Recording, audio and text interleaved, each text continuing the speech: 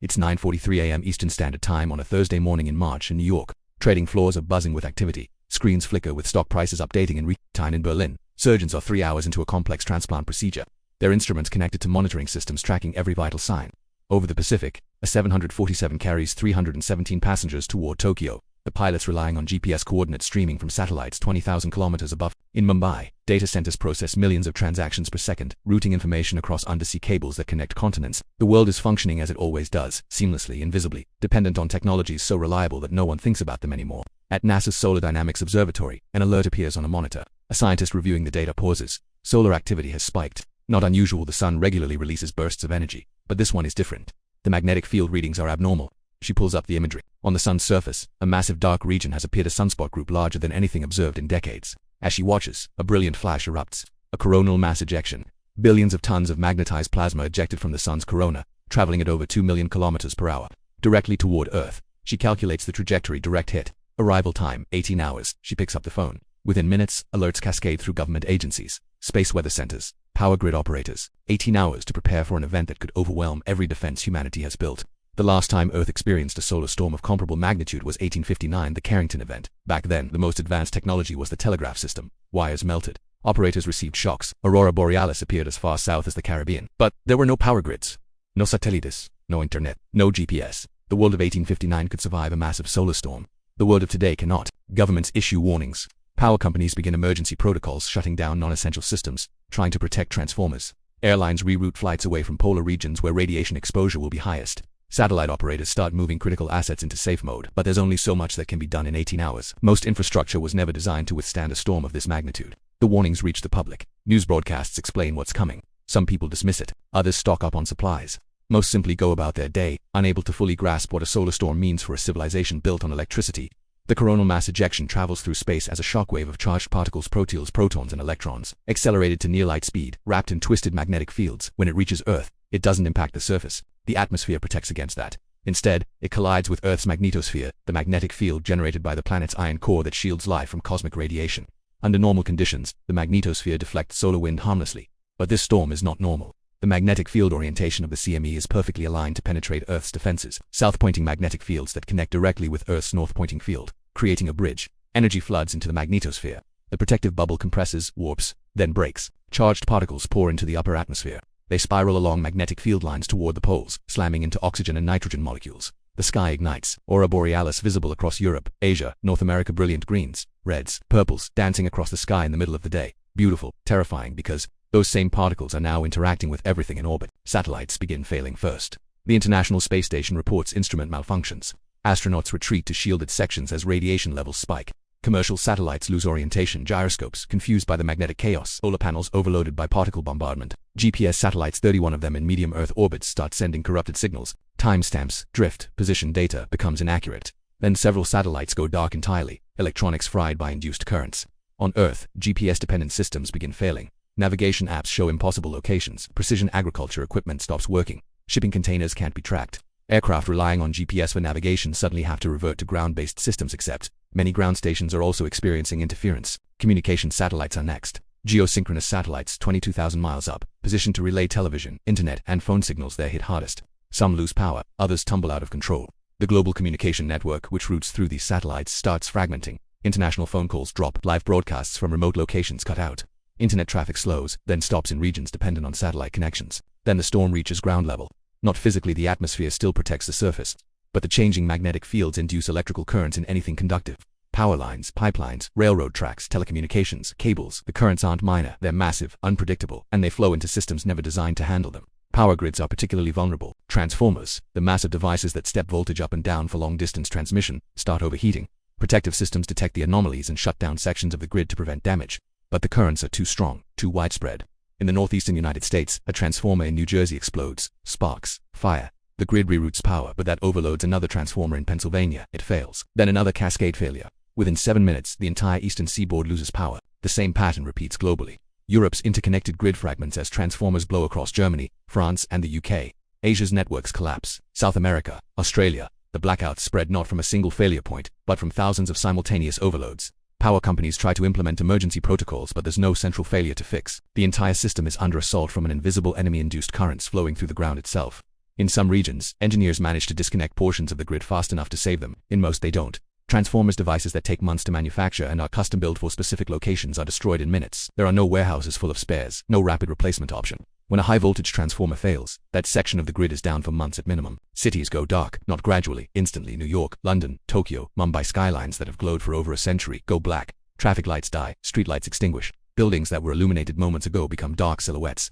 Inside, people are confused. Power outages happen, but not like this. This is total. Emergency lighting kicks in where it exists. Backup generators start in hospitals, data centers, government buildings. But generators need fuel. And fuel distribution requires electricity. Hospitals are the first crisis. Operating rooms go dark mid-surgery. Backup power activates, but it's not instantaneous. Seconds of darkness where life support systems pause. Ventilators stop, monitors go black, then generators engage and systems reboot. But some patients don't survive those seconds. Others are on equipment that requires continuous power: dialysis machines, infusion pumps, heart-lung machines. Hospitals have backup power for critical systems, but not everything. Less critical patients are unplugged to preserve power for the most vulnerable. Medical staff work in the glow of emergency lighting, rationing generator fuel they know will run out in days, maybe hours. Aircraft in flight face immediate danger. Modern planes are fly-by-wire computer controlled. When GPS fails and ground-based navigation beacons go offline, pilots revert to instruments. But some smaller airports lose tower communication entirely. Planes carrying 400 people need to land, but there's no one to coordinate traffic. Pilots communicate plane to plane on emergency frequencies. Some land safely, others circle, burning fuel, waiting for ground control that won't respond. A regional jet in Texas, low on fuel with no navigation data, attempts a landing at an uncontrolled airport, misjudges the approach in darkness, crashes short of the runway. 87 dead. The internet dies in pieces. Major data centers have backup power, but connectivity requires the entire network. When backbone providers lose power, traffic reroutes through remaining paths. But there aren't enough remaining paths. Bandwidth chokes. Websites load partially or not at all. Social media, the primary information source for billions, becomes inaccessible. Email fails. Cloud services disconnect. Businesses that exist entirely online simply cease to function. Financial markets were already closed when the storm hit, but trading algorithms and data centers are now offline. Banks can't process transactions. ATMs are dark or drained. Credit card systems don't work. In a world where most money exists as digital entries in databases, those databases are now inaccessible. Water stops flowing in cities dependent on electric pumps. Sewage systems that use powered treatment facilities back up. Natural gas distribution regulated by electronic systems becomes unreliable. Refrigeration stops. In grocery stores, thousands of pounds of meat, dairy, frozen goods begin thawing. Within hours, it's unsafe. Within a day, it's rotting. Supply chains that replenish stores daily are broken. Trucks can't navigate without GPS. Warehouses can't coordinate shipments without computers. Fuel stations can't pump gas without electricity. The just-in-time delivery system that keeps cities fed grinds to a halt. People try to call loved ones. No signal. Cell towers are either without power or overloaded by everyone trying to connect simultaneously. Landlines work in some places. Older copper systems, less dependent on active electronics, but most homes don't have landlines anymore. Families are separated with no way to communicate. A mother in Chicago with a child at school across the city has no way to know if they're safe. An elderly man in London who relies on daily check-in calls from his daughter hears nothing. He doesn't know if it's a local outage or something worse. Information vacuum breeds panic. Emergency services are overwhelmed. Fire stations respond to calls, but without centralized dispatch. Police departments organize manually, but they can't cover entire cities. Hospitals are inundated with people seeking safety, information, or treatment. Ambulances navigate darkened streets where traffic signals don't work and GPS doesn't function. Response times multiply. People with medical emergencies, heart attacks, strokes, injuries, wait hours for help that used to arrive in minutes. Some don't survive the wait. Vulnerable populations suffer most. Nursing homes lose power. Many have generators, but fuel is limited. Residents on oxygen concentrators, feeding tubes, medication schedules requiring refrigeration, they're at immediate risk. Staff try to manually operate equipment, but there are too many patients and too few hands. In some facilities, staff abandon their posts to check on their own families, leaving residents alone in darkness. Infants in NICUs depend on incubators, warmers, respirators. When backup power fails, doctors and nurses manually ventilate babies, taking turns hour after hour, until their arms ache and their hands shake, knowing they can't maintain this forever. Urban populations realize how completely they depend on systems they never see. Heat in winter, air conditioning in summer both require electricity. Northern cities experiencing late winter cold. Temperatures inside buildings drop. People huddle under blankets, burn furniture for warmth, risk carbon monoxide poisoning using grills indoors. In equatorial cities, heat becomes deadly. The elderly and very young are most vulnerable to temperature extremes. Without climate control, without medical care, deaths accumulate. The first night is confusion. The second night is fear. By the third day, the scope becomes clear. This is not a local outage. This is global. Information trickles through shortwave radio, emergency broadcasts from stations with backup power, and word of mouth. Governments attempt communication through old system sirens, printed notices, announcements from vehicles with loudspeakers. The message is consistent. Stay calm, stay home, help is coming. But help isn't coming, not in the way people expect, because there's no quick fix. Transformers, the backbone of power distribution, are custom manufactured devices weighing hundreds of tons. There are no factories producing them in mass. Each is built to order for specific locations. A typical high-voltage transformer takes 12 to 18 months to manufacture under normal conditions. Hundreds have been destroyed, thousands damaged. Even if factories could begin production immediately, they require electricity to operate. The supply chain is circular and broken. Without power, you can't build transformers. Without transformers, you can't restore power. Governments prioritize military bases, hospitals, water treatment facilities. These get whatever generator capacity exists, but generator fuel is finite. Refineries that produce gasoline and diesel require electricity to operate. Storage tanks hold reserves, but not enough for months. Rationing begins. Military convoys transport fuel to critical facilities. Everyone else waits. Riots start in some cities as desperation overcomes order. Grocery stores are looted, not for profit, for survival. Police are too overwhelmed to respond to most calls.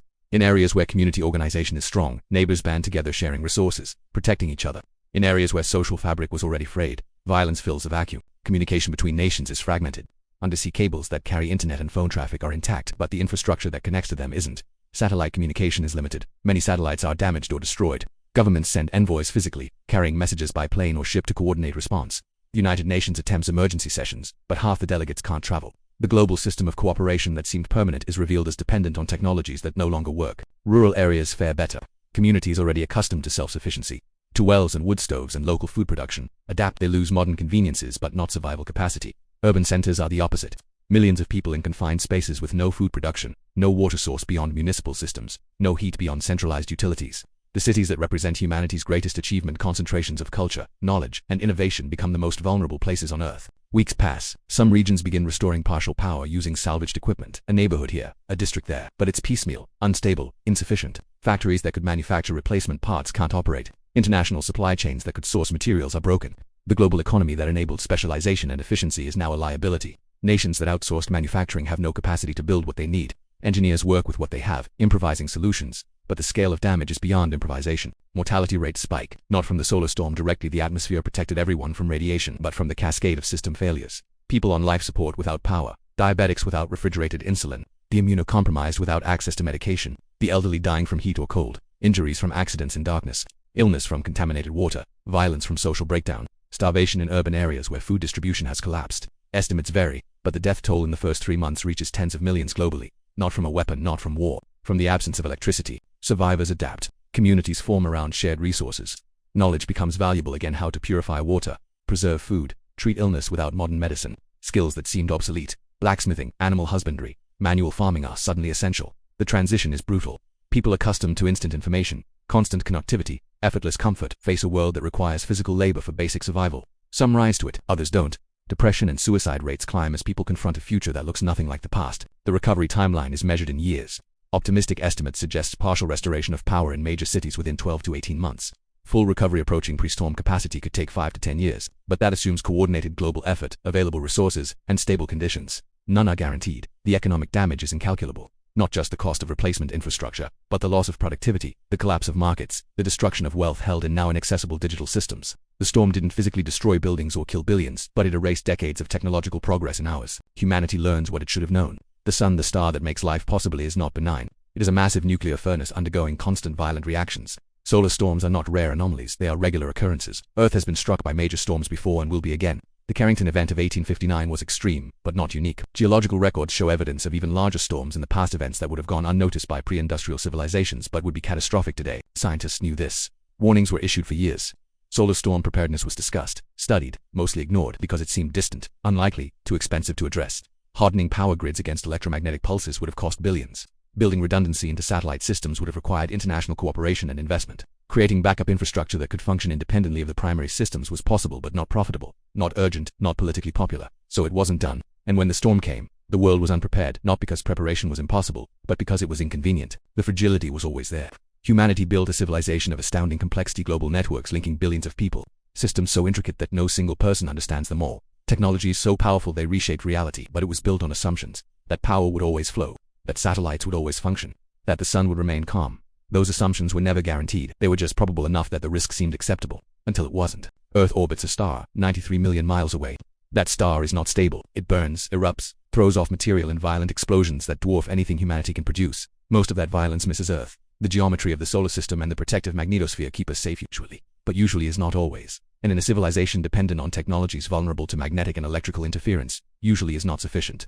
The question was never if another major solar storm would strike Earth. The question was when, and whether humanity would be ready. The answer is now known. When the storm came, the world was not ready. The systems failed. The infrastructure collapsed, millions died, billions suffered, not because humans lacked knowledge or capability, but because they lacked will. The will to prioritize long-term resilience over short-term profit. The will to invest in protection against threats that seem distant. The will to acknowledge that nature, cosmic nature operating on scales beyond human control, does not care about markets or politics or convenience. You live in a world held together by electricity. Everything you depend on, food, water, communication, medicine, transportation, requires power. That power flows because of systems designed when solar storms were less understood and technology was less vulnerable. Those systems were never upgraded to handle the modern threat level. They remain fragile.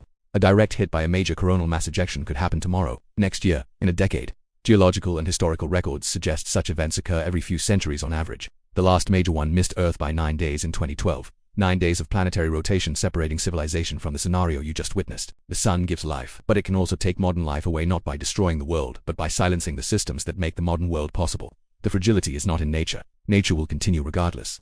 The fragility is in the web of dependencies humanity has woven. Each thread essential, none protected, the entire structure vulnerable to forces beyond control. And the question that remains is not whether another storm will come. It will. The question is whether humanity will learn from the warning, prepare for the inevitable, and accept that surviving on a planet orbiting an active star requires more than hope. It requires humility, foresight, and the willingness to protect against threats that are invisible until the moment they strike. The sun will rise again tomorrow. It always does. But whether the lights will turn on, that depends on choices made today.